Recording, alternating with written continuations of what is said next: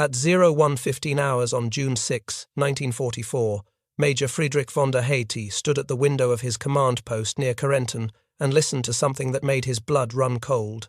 The sky above the Cotentin Peninsula was filled with the drone of aircraft engines, hundreds of them, maybe thousands. The sound came from everywhere at once, a low mechanical thunder that seemed to swallow the night itself. Von der Heydte was a veteran.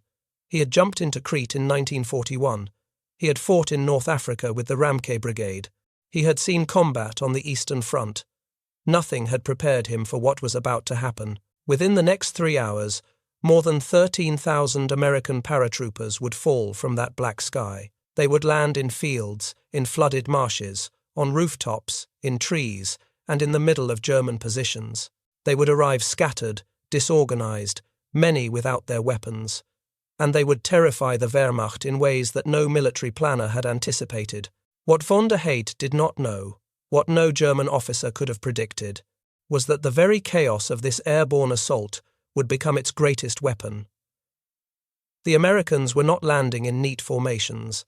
They were landing everywhere, and that single word, everywhere, would appear again and again in German reports, diaries, and interrogation transcripts over the following weeks. The German officers who survived Normandy would write about these paratroopers with something approaching awe.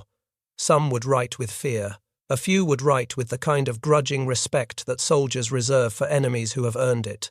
This is the story of how American paratroopers created a new kind of psychological warfare, not through careful planning, but through courage, adaptability, and an aggressive spirit that caught the German military machine completely off guard.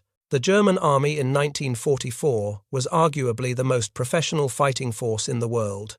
Its officer corps had been trained in a tradition stretching back to Frederick the Great. German doctrine emphasized careful planning, precise coordination, and the systematic application of overwhelming force at decisive points. The Wehrmacht had conquered Poland in 27 days. France fell in 6 weeks. The German military machine had rolled across Europe with a precision that seemed almost mechanical. But there was a vulnerability hidden inside this very strength. German military thinking depended on understanding the enemy. It required knowing where the enemy was, what he intended to do, and how he would try to do it. German officers were trained to read the battlefield like a chess master reads a chessboard, anticipating moves, calculating responses, maintaining control. The American paratroopers who landed in Normandy shattered this approach entirely, not because they were better trained, not because they had superior weapons, but because they did something the Germans could not comprehend. They fought effectively in complete chaos. The German military hierarchy on the night of June 5th was a study in organizational rigidity. Field Marshal Erwin Rommel, commander of Army Group B, was not even in France. He had left for Germany to celebrate his wife's birthday. He was convinced the weather was too poor for an Allied invasion. Generalleutnant Wilhelm Fally, commander of the 91st Luftland Division, was on his way to Rennes for a war game. His division was specifically trained to counter airborne assaults. On the night when that training would have mattered most, Fally was driving through the Norman countryside in his staff car. At approximately 04:30 hours, Fally heard the aircraft overhead. He understood immediately what was happening. He ordered his driver to turn around and race back to his headquarters at Château de Bernaville, near Picauville. Fally never made it. A small group of American paratroopers from the 508th Parachute Infantry Regiment, 82nd Airborne Division, had landed near the chateau. They had set up an ambush on the road leading to the headquarters. When Fally's staff car approached, the Americans opened fire. First Lieutenant Malcolm Brannan, a 24-year-old officer from Headquarters Company, 3rd Battalion, shot and killed General Fally as he tried to escape the vehicle. Fally became the first German general to die in the Normandy invasion. He was killed within hours of the first parachute drops, before he could issue a single order, before he could organize any coherent response to the American assault. The impact of Fally's death rippled through the German command structure. The 91st Division, specifically positioned to counter airborne operations, was now leaderless at the most critical moment, and this was just one death among many. All across the Cotentin Peninsula, German officers were being killed, captured, or simply cut off from their units. The chain of command was disintegrating before the beach landings even began. The American airborne operation had been designed with specific objectives. The 82nd Airborne Division was supposed to capture the town of Sainte-Mère-Église and secure crossings over the Meurthe River.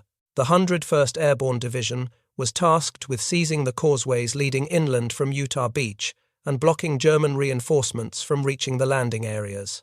These were clear, logical objectives, but the execution went badly wrong almost immediately. Cloud cover over the peninsula caused transport pilots to climb or dive to avoid collisions. German anti-aircraft fire scattered the formations further. Pilots, many flying combat missions for the first time, released their paratroopers early, late, or simply wherever they happened to be when the panic set in. The result was catastrophic dispersion.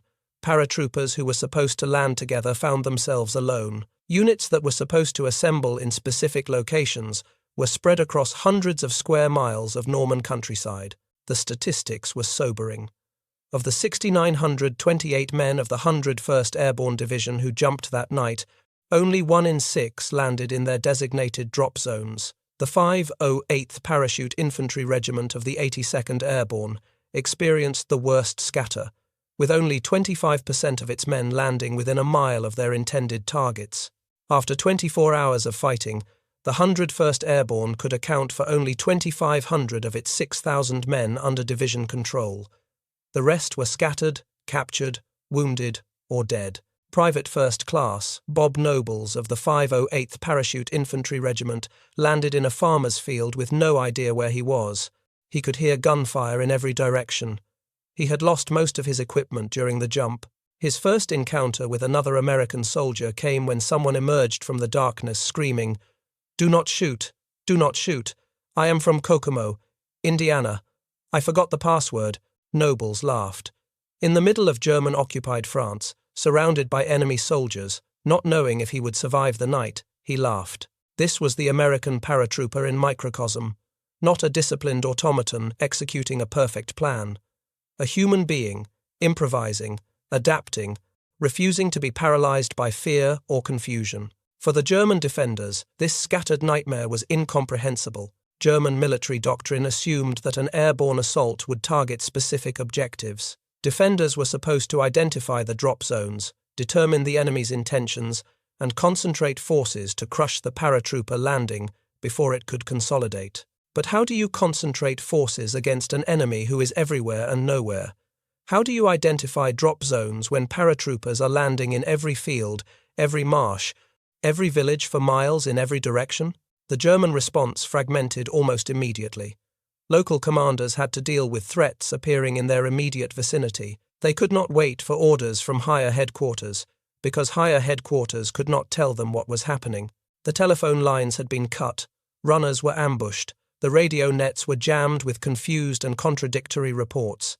Generalleutnant Karl Wilhelm von Schlieben, commander of the 709th Infantry Division, had been at the Rennes war game when the invasion began. He raced back to find his division in chaos. In his post-war account for the United States Army Historical Division, von Schlieben wrote that by June 7th, his regiment was no longer even able to capture Sainte-Mère-Église, much less hold it against the fire of enemy naval guns and tanks. He personally had to rally retreating troops to prevent what he called the beginning of a panic caused by enemy armor. The German General Staff had a term for this kind of situation.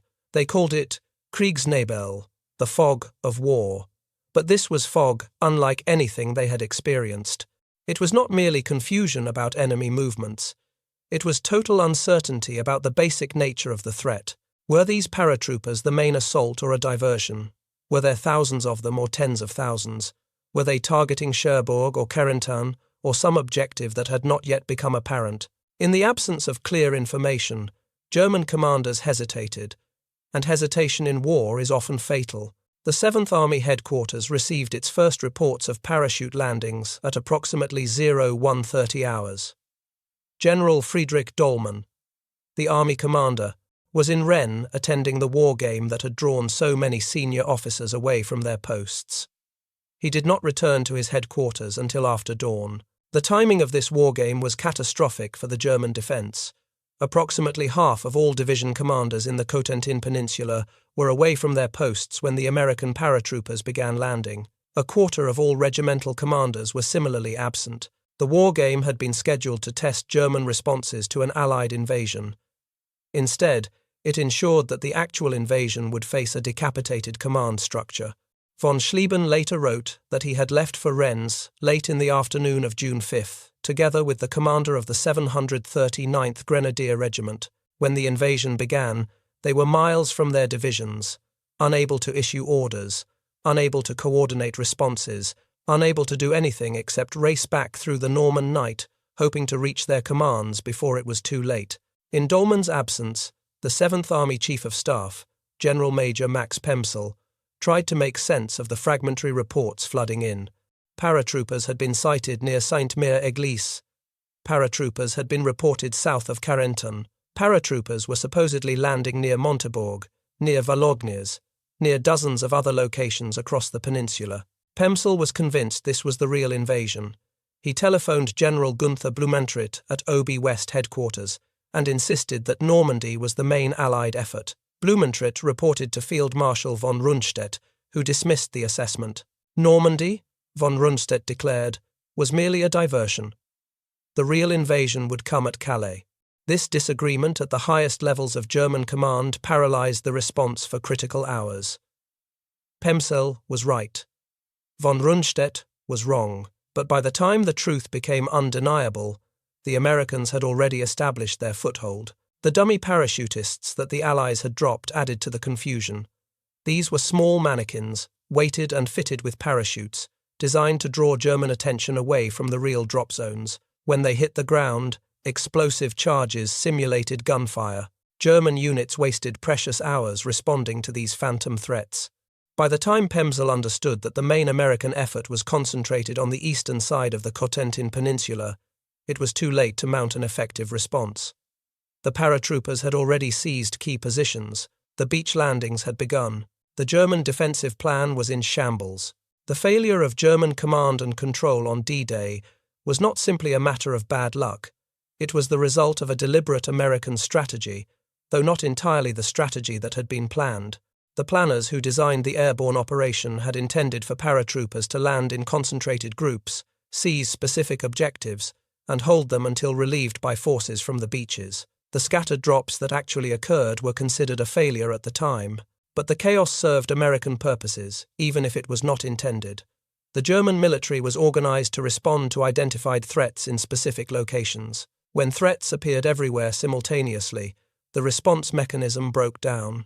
First Lieutenant Richard Winters of Easy Company, 506th Parachute Infantry Regiment, 101st Airborne Division, landed in a field near Sainte-Marie-du-Mont at approximately 01:20 hours. Like most paratroopers that night, he found himself alone and disoriented.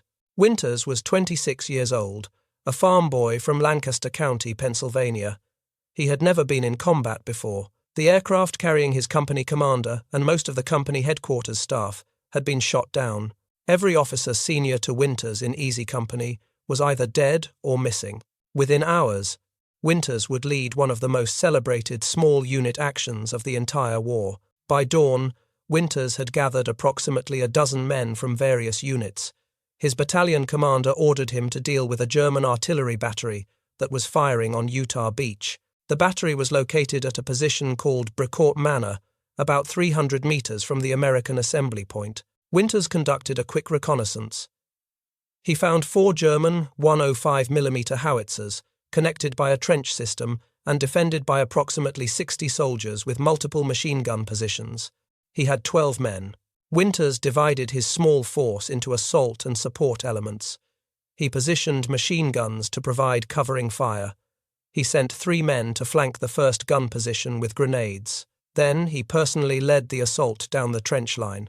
The attack was textbook in its execution, and the textbook was being written in real time.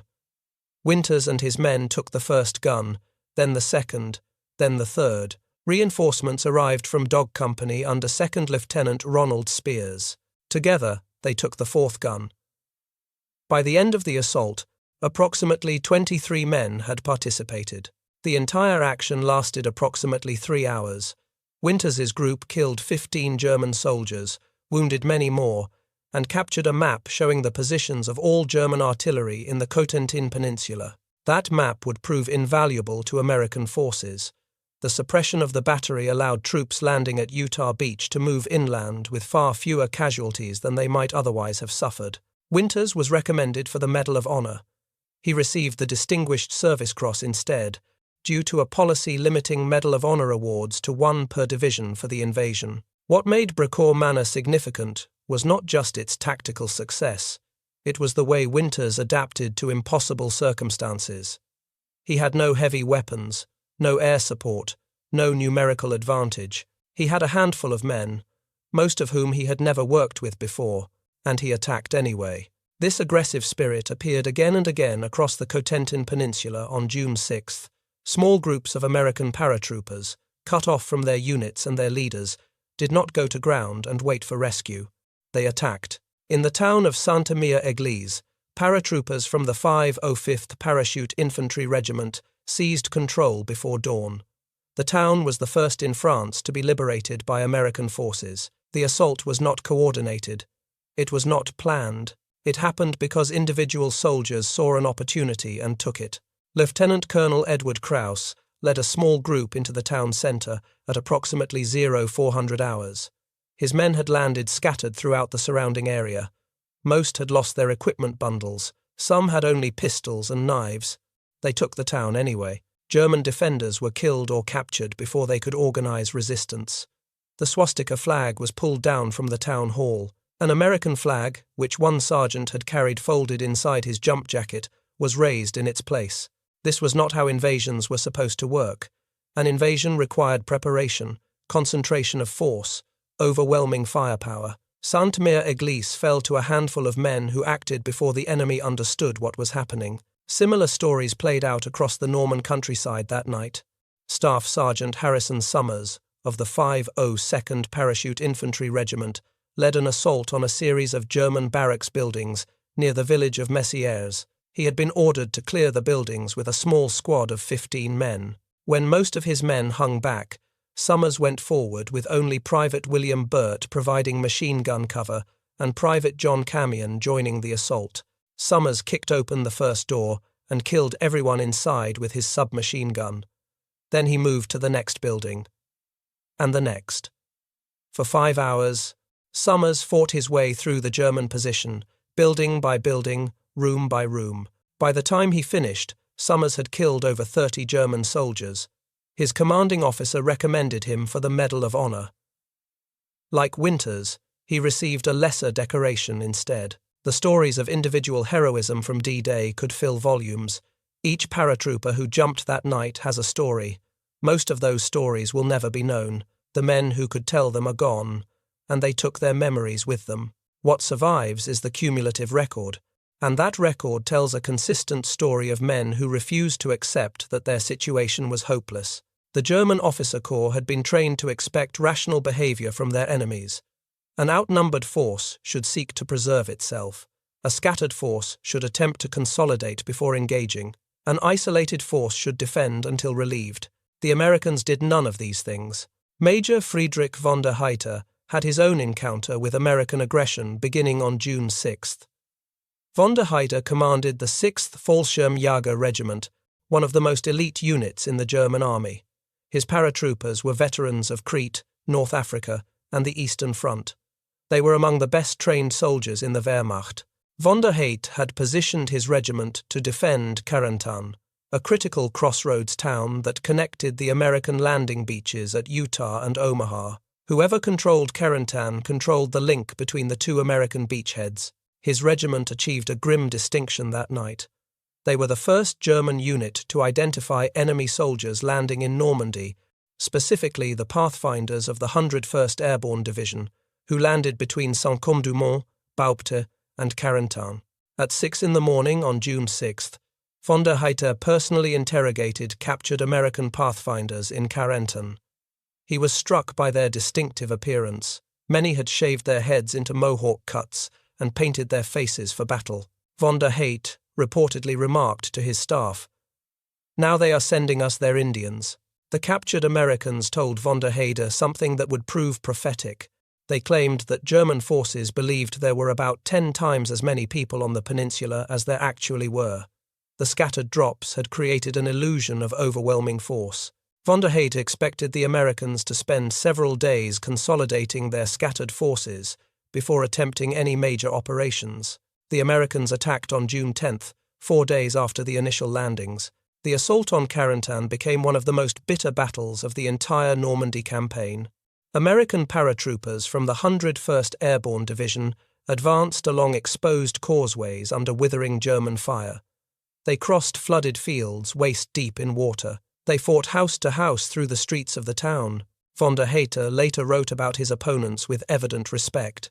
He noted their willingness to take casualties, their refusal to break under fire, their aggressive tactics even when outnumbered. His regiment earned a nickname from the Americans who fought them. They called them the Lions of Carentan. At one point during the battle, the Americans negotiated a 2-hour truce at noon on June 11th to collect their dead and wounded. General Maxwell Taylor, commander of the 101st Airborne, used the opportunity to send a message to von der Heydte, demanding his surrender. Von der Heydte had received orders through Field Marshal Erwin Rommel to hold Carentan at all costs. He could not surrender even if he wanted to, but he was running out of ammunition. His regiment had taken severe casualties. The Americans kept coming. When Taylor's surrender demand arrived, Hauptmann Rolf Mager of the 2nd Battalion replied in English with a question of his own. Would you surrender in the same situation? The fighting around Carentan had already cost von der Heydte's regiment dearly. Hauptmann Emil Brecourt, commanding the 1st Battalion, had led attacks against the 101st Airborne at Sainte-Mère-Église. By the evening of June 7th, Brecourt's men were decimated, most of them wounded and unable to fight. They accepted an offer of surrender from Colonel Howard Johnson of the 501st Parachute Infantry Regiment. Only 25 men escaped to reach Carentan. The elite German paratroopers were being destroyed by American paratroopers who had been in combat for less than 48 hours. On June 12th, von der Heydte ordered his surviving troops to withdraw from Carentan under cover of darkness. The fighting continued through a German counterattack on June 13th, before the town finally fell securely to the Americans on June 14th. The fall of Carentan linked the Utah and Omaha beachheads. The American position in Normandy was now secure, and von der Heydte's elite paratroopers had been pushed back by men who had been in combat for less than a week. The German 7th Army kept detailed records of the Normandy campaign. These records included after-action reports, intelligence summaries, and the personal observations of officers at all levels of command. These documents reveal a military organization struggling to understand an enemy that did not behave as expected. German intelligence officers compiled analyses of American tactics. They studied captured documents. They interrogated prisoners. They tried to find patterns that would allow them to predict American behavior. They largely failed.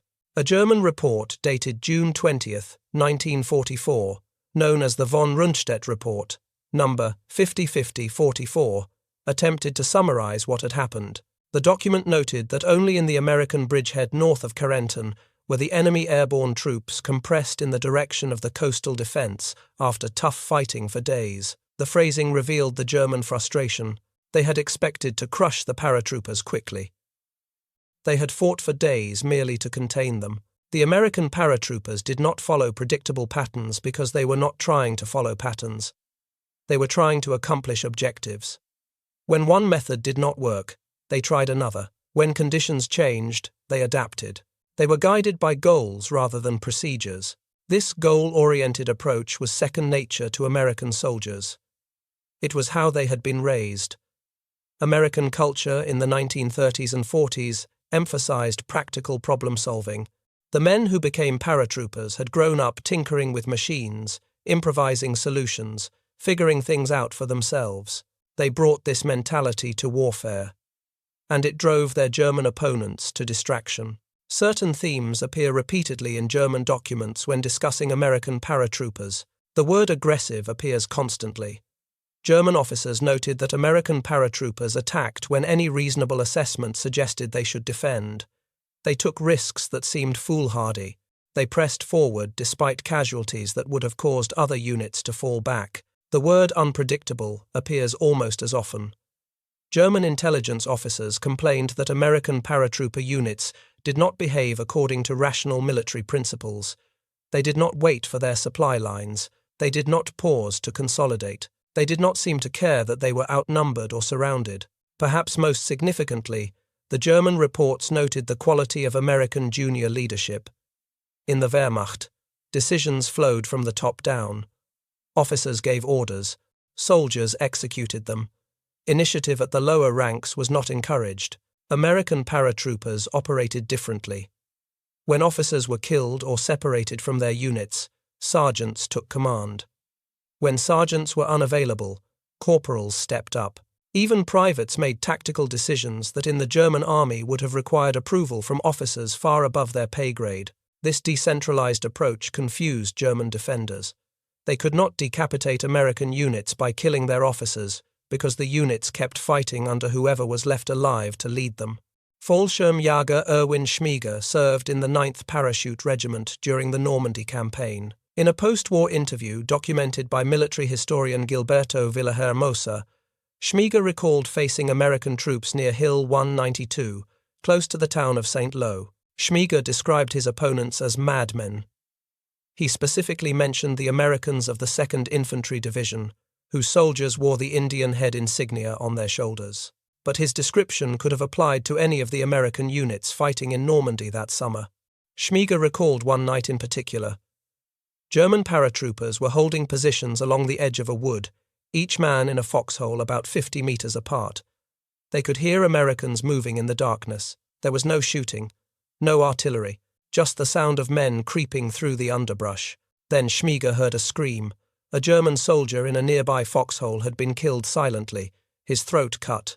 Schmiege spent the rest of the night in his foxhole, trembling with fear, unable to see his enemy, knowing that the Americans were somewhere in the darkness, waiting. This was psychological warfare of the most primitive and effective kind. The Americans had learned to fight like hunters. They moved at night. They killed silently when they could. They used the terrain that the Germans had thought would protect them as cover for their own infiltration. Schmiege survived the war. Many of his comrades did not. The scattered airborne drops on June 6th had been considered a failure by American planners. The casualties were severe. Most units landed far from their objectives. The elaborate plans developed over months of preparation were worthless within minutes of the first jumps. But the Germans saw something different. They saw an enemy who turned disaster into advantage. The scattered drops had created confusion not just for the Americans but for the Germans as well. The defenders could not identify the main threat because there was no main threat. There were hundreds of small threats appearing everywhere simultaneously. German reserves that should have counterattacked the beaches were instead chasing phantom paratroopers through the Norman hedgerows. Units that should have reinforced the coastal defences were fighting desperate skirmishes in their own rear areas. The entire German defensive scheme was disrupted not by a concentrated blow, but by 1,000 pinpricks that collectively bled the defence dry. By the end of June 6th, the American Airborne Divisions had suffered approximately 2,500 casualties, but they had accomplished something that no amount of planning could have guaranteed. They had paralysed the German response at the most critical moment of the invasion. The days that followed, June 6th, brought even more intense fighting. The Norman hedgerows, ancient earthen walls topped with thick vegetation, turned every field into a potential fortress. German defenders used these natural barriers to slow the American advance to a crawl. The paratroopers who had survived the initial drop now found themselves fighting a different kind of war. This was not the mobile warfare of airborne assault. This was grinding, brutal combat measured in yards rather than miles. The hedgerow fighting tested American soldiers in ways that nothing in their training had prepared them for. Visibility was measured in feet. Enemies could be hidden on the other side of a wall just meters away. Every advance required clearing fields one at a time, often at terrible cost. The German defenders fought with skill and determination. Many were veterans of the Eastern Front, hardened by years of combat against the Soviets. They knew how to use terrain. They knew how to set ambushes. They knew how to exact a heavy price for every inch of ground. But the American paratroopers adapted. They developed new tactics for hedgerow fighting. They learned to work with tanks, using explosives to blast gaps in the earthen walls. They learned to coordinate artillery with infantry assaults. They learned to move at night, infiltrating German positions in the darkness. The German officers who faced them noted this adaptability with concern. The Americans they fought in late June were not the same soldiers who had landed on June 6th. They were harder, more experienced, more dangerous. The German army did not forget the lessons of Normandy. Neither did the American paratroopers. When Hitler launched his final offensive in the West in December 1944, the German attack drove a massive bulge into American lines in the Ardennes region of Belgium. German panzer divisions raced toward the critical crossroads town of Bastogne. The Americans rushed the 101st Airborne Division to hold the town. These were many of the same men who had jumped into Normandy 6 months earlier. They arrived in Bastogne on December 19th, just hours before German forces surrounded the town. For the next week, the paratroopers held Bastogne against everything the Germans could throw at them. They fought in freezing temperatures with inadequate supplies of ammunition, food, and medical equipment. They were outnumbered, outgunned, and completely cut off from relief. On December 22nd, German officers approached American lines under a flag of truce. They carried a surrender demand for the American commander. Brigadier General Anthony McAuliffe, acting commander of the 101st Airborne, gave them a one-word response: nuts. The German officers were confused by this American slang. They asked for clarification. An American colonel explained. The general's answer is no. The Germans left.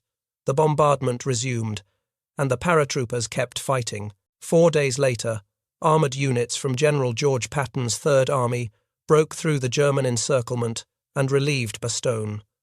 The Bulge was contained. The German offensive failed, and the 101st Airborne added another chapter to its legend. The Germans who survived the Battle of the Bulge would later describe the American paratroopers at Bastogne with the same mixture of frustration and respect that their predecessors had shown after Normandy. These were not men who followed rational military calculations. They were men who refused to quit regardless of the odds. The creation of American airborne forces had been controversial from the beginning. In 1940, the United States Army had no paratroopers. The concept of vertical envelopment, dropping soldiers behind enemy lines by parachute, had been developed by the Soviets in the 1930s. The Germans had used airborne forces to spectacular effect in their conquest of Norway, the Low Countries, and Crete. American military leaders watched these developments with interest but skepticism. Airborne operations were expensive. Training paratroopers required specialized equipment and extensive time. The casualty rates in combat jumps were frightening. Many senior officers questioned whether the benefits justified the costs. General George Marshall, Chief of Staff of the Army, believed they did. He authorized the formation of a test platoon at Fort Benning, Georgia, in June 1940. The platoon consisted of 50 volunteers from the 29th Infantry Regiment. On August 16, 1940, Lieutenant William Ryder became the first American officer to make an official military parachute jump. Private William King was the first enlisted man to jump. According to accounts from the time, King only became first because the soldier ahead of him in line refused to go. The parachute age of the American military had begun. What followed was one of the most intensive training programs in military history. Paratrooper candidates were pushed to their physical and psychological limits. They ran for miles every day. They practiced hand-to-hand combat. They learned to pack their own parachutes, knowing that a mistake could cost them their lives. The training took place at a brutal pace. Candidates completed a 3-week course that compressed months of normal infantry instruction into 21 days of constant physical and mental pressure. Every day began before dawn with runs that grew progressively longer. 5 miles became 10 miles, 10 miles became 20. The famous towers at Fort Benning, 250 feet tall, simulated the experience of a parachute descent. Men were lifted to the top, attached to a parachute harness, and dropped. The experience taught them to manage the opening shock and to land without breaking bones. Many candidates washed out. The physical requirements weeded out those who could not keep up with the relentless pace. The psychological demands eliminated those who could not overcome their fear of heights, of jumping, of the unknown. Those who remained developed an esprit de corps, unlike any other unit in the American military. They wore special boots. They received extra pay. They earned the silver wings of qualified paratroopers only after completing 5 successful jumps. The men who survived this training developed a sense of superiority that bordered on arrogance. They believed they were the best soldiers in the army. They looked down on regular infantry as legs, lesser beings who could not meet paratrooper standards. This pride served a purpose. Men who believed they were elite fought like elite soldiers. The training created not just physical capability but psychological confidence that would prove essential in combat. By June 1944, the American Airborne Force had grown from a 50-man test platoon to 5 full divisions. The 82nd and 101st Airborne Divisions had already seen combat in Sicily and Italy. They knew what awaited them in France. Many of them would not survive. They jumped anyway. The German military analyzed American paratrooper tactics extensively after Normandy. Intelligence officers compiled reports. Commanders discussed lessons learned. The Wehrmacht adapted its defenses to counter future airborne operations. But there was one element of American paratrooper effectiveness that the Germans could not replicate or counter. It was not a weapon or a tactic. It was a mindset. American military culture in World War II emphasized individual initiative in ways that German culture did not. American soldiers were expected to think for themselves when circumstances required it. They were trained to accomplish objectives, not simply to follow orders. This difference became critical in airborne operations, where the chaos of combat jumps routinely separated men from their leaders and units from their plans. German soldiers in similar circumstances often waited for orders that never came. American soldiers improvised. The German term for this quality was Auftragstaktik, mission-oriented tactics. Ironically, German military theorists had pioneered this approach in the 19th century. But by World War II, the German army had become increasingly rigid and centralized under Hitler's control. The Americans, without knowing the German terminology, had adopted the German theory and carried it further than the Germans themselves. Friedrich von der Heydte survived the war. He was captured during the Battle of the Bulge after leading a failed German paratrooper operation behind American lines. He later served in the West German Army during the Cold War and became a professor of political science. In 1948, while held at Allendorf prisoner of war camp, von der Heydte wrote a detailed account of his regiment's operations for the United States Army Historical Division. The document, known as Foreign Military Studies Manuscript B, 839, remains one of the most important German primary sources on the Normandy campaign. In this account, von der Heydte reflected on his experiences fighting American paratroopers. He gave them credit for their courage and their tactical flexibility. He acknowledged that they had surprised him. Not once, but repeatedly. Von der Heydte had expected the Americans to fight like Europeans. He had expected them to follow the same military logic that he followed, the same calculations of risk and reward, the same rational assessments of what was possible and what was foolish. The Americans refused to cooperate with his expectations. They attacked when they should have defended. They advanced when they should have retreated. They fought as individuals when their units fell apart, and they fought as units when their leaders fell. They would not quit. Von der Heydte was a thoughtful man. He spent considerable time after the war analyzing what he had experienced. He concluded that the American approach to warfare was fundamentally different from the European tradition. European armies, including his own, treated war as a science. There were principles to be followed, calculations to be made, rules to be observed. Victory went to the force that applied these principles most effectively. The Americans treated war as a problem to be solved. When one approach did not work, they tried another. When their leaders were killed, new leaders emerged. When their plans fell apart, they made new plans. They were practical in a way that seemed almost careless to professionally trained officers. But this practicality, this willingness to improvise, gave them an advantage that no amount of training or discipline could match. They were unpredictable, and unpredictability is a weapon in itself. Von der Heydte's post-war writings influenced a generation of German military thinkers. His analysis of American tactics was studied in military academies. His conclusion, that the Americans had won not through superior resources alone but through a superior mindset, challenged assumptions that had guided European military thinking for centuries.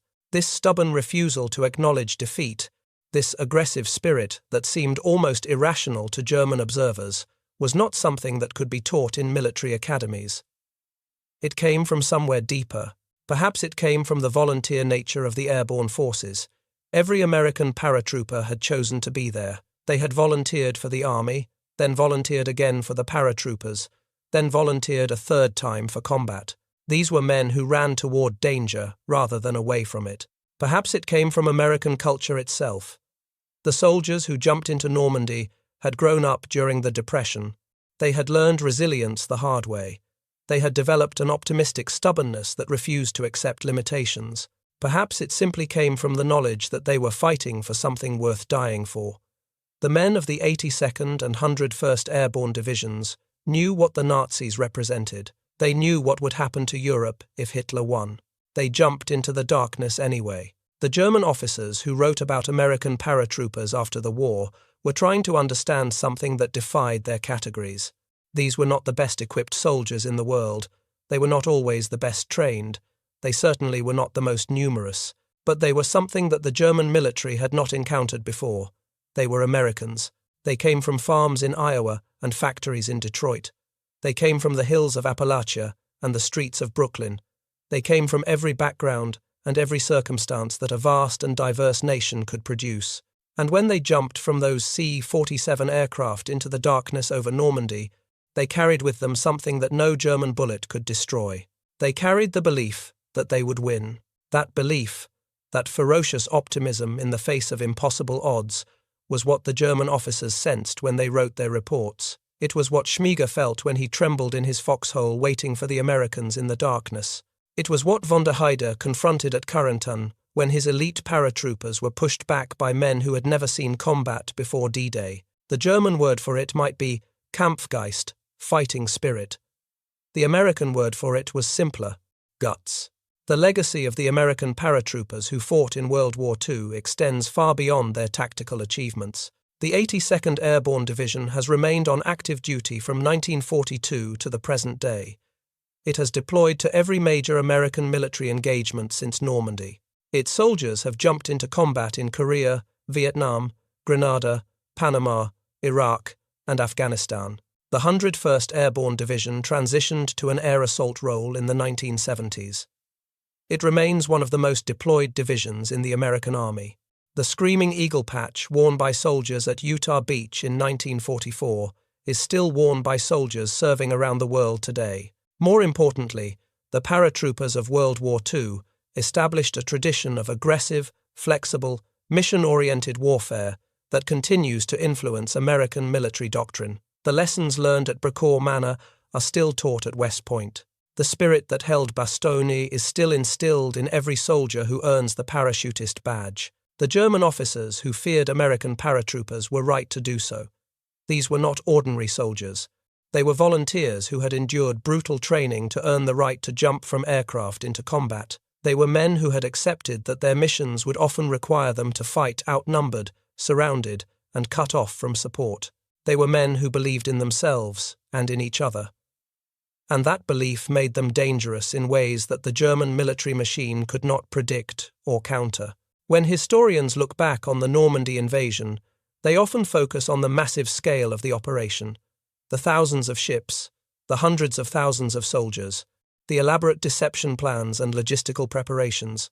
These elements were crucial. Without them, the invasion could not have succeeded. But the invasion also succeeded because 13,000 young Americans jumped from aircraft in the middle of the night into a country they had never seen, to fight an enemy they had never faced, with no guarantee that they would survive until sunrise.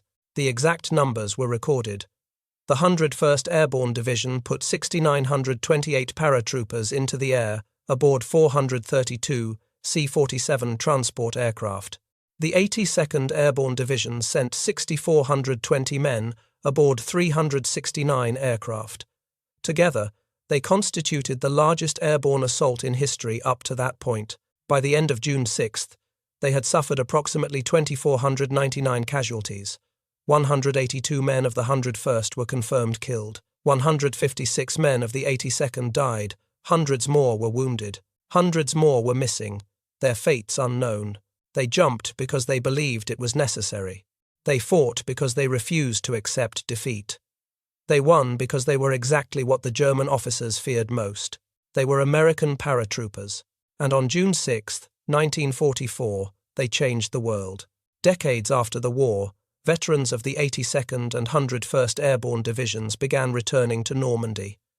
They came to visit the graves of their fallen comrades. They came to walk the ground where they had fought. They came to remember. The people of Normandy welcomed them. The French had not forgotten what the Americans had done. In towns like Sainte-Mère-Église and Carentan, streets were named after American soldiers. Monuments were erected. Every June, the American flag flew alongside the French tricolour. These aging veterans were treated as heroes. Children brought them flowers. Adults shook their hands. The French understood what had been sacrificed to liberate their country, but the veterans themselves often seemed uncomfortable with the word hero. When asked about their actions, they typically deflected the credit. They talked about the men they served with. They talked about the ones who did not come home.